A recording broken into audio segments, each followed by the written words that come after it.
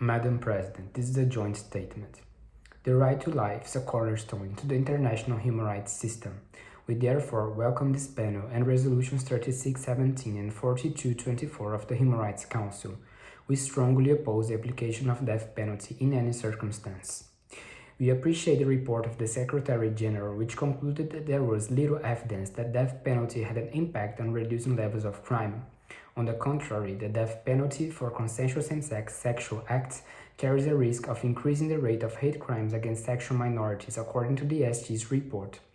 We would like to draw the attention of the Council particularly to the fact that death penalty continues to be used to punish consensual sex, love, and other forms of intimacy between same-sex adults, as well as sex work or sex outside marriage.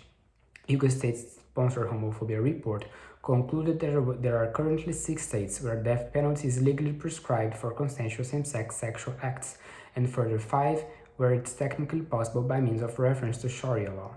These laws imposing death sentences to consensual sex relations and activities violate the right to life, to privacy, and to non-discrimination, as already recognized by different UN mechanisms.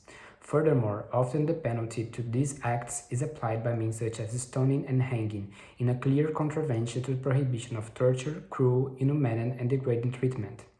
Even in cases where the execution is not carried out, the existence of such laws discriminate against gay, lesbian, bisexual, trans, and gender non-conforming persons, as they perpetuate stigma and violence, lead to social exclusion, reduce health outcomes, and form a stark barrier to realizing the SDGs. We call upon states to abolish the death penalty and ensure that torture sentencing or measures are never applied, including on the basis of discriminatory laws, as those that punish consensual sexual relations and activities. Thank you, Madam President.